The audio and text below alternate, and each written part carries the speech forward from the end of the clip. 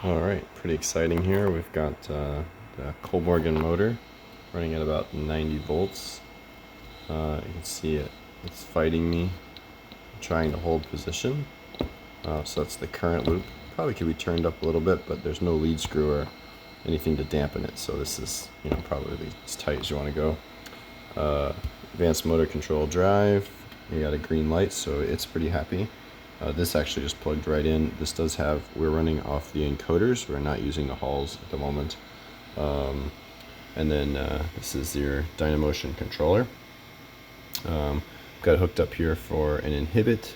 And then this is actually the control for the motor. And then this is the Halls getting, the encoder, sorry, getting passed through to the Dynomotion controller. So you can see over here, sorry for the screen here. But if we enable the motor, and then this is a configuration screen that we don't really need, but this is a movement command, so this is just linear velocity. If we set it to like 20,000, then come back over here and we have negative rotation on the motor. And let's see, I'll leave you over there and I will just make it positive. This is a little clunky because we don't have much of an interface. Now I have positive rotation. Hopefully that was the same speed. We can go slower because we have pretty fine control. Let's go slow. And that's very slow. Perhaps kind of at the limit of what it can do. And we can also go very fast.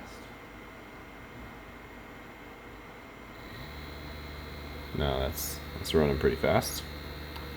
And then back over here, you can see the destination is increasing and the position is tracking, so the loop is closed. The destination keeps moving because that's how I'm causing velocity. But if we add a 0 in here, then the destination has stopped moving, and you'll see the position is catching up to it. And this is because I put in such a large desired velocity command that it's still taking a while to catch up, but here it's about to catch up, and I don't know if you can hear that, but the motor just stopped.